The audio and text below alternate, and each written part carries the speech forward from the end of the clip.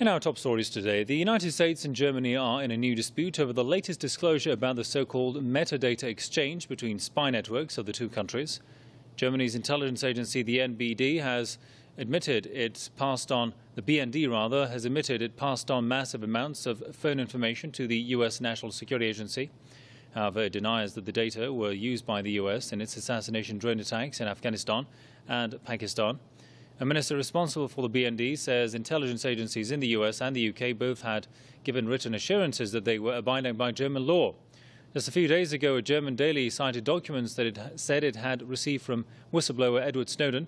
The report stated that the US could have used the German data for deadly targeted attacks, one of which resulted in the death of a German citizen in Pakistan in 2010.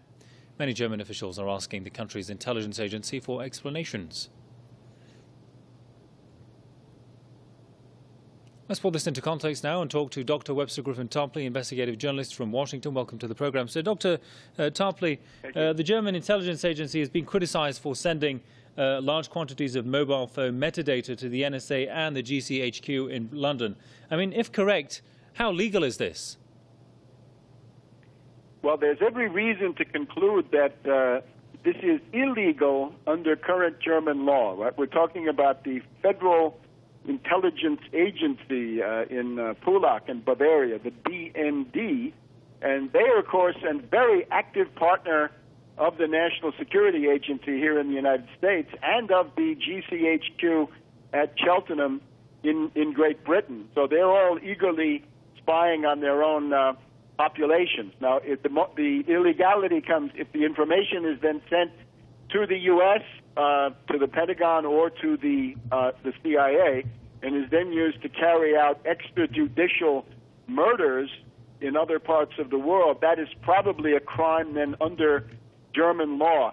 It's very embarrassing for the Federal Chancellor's office of Angela Merkel because there's a nationwide election next month in September, and it comes in the middle of this campaign.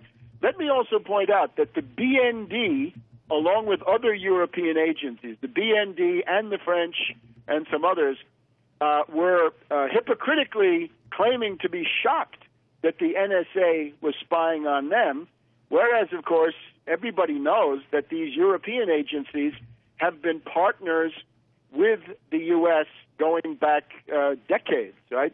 The NSA operates on a system of parties. The first party is the United States.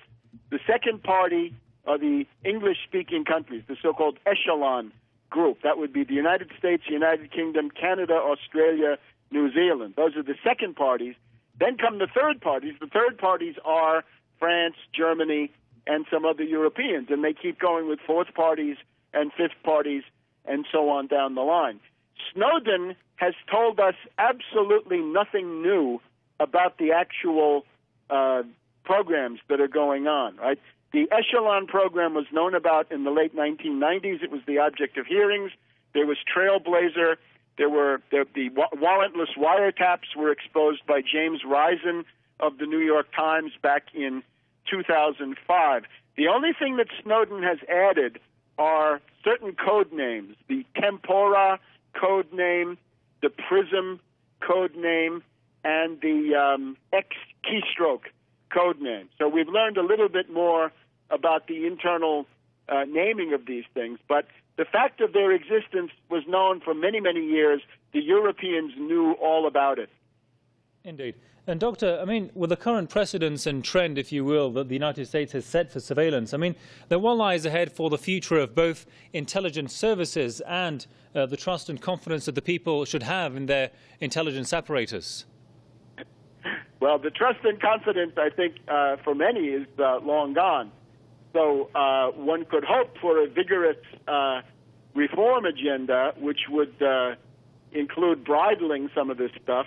I don't know if we can be too optimistic about that. And I certainly don't think that Mrs. Merkel will lose the elections based on this particular set of revelations. But it simply adds to the moral depravity, the loss of faith, and the loss of prestige by these Western powers.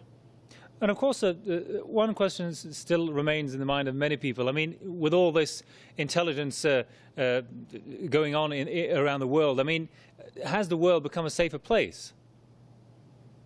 No, I don't think so. Certainly not. And the other thing I would say is that Snowden has not made the world any safer.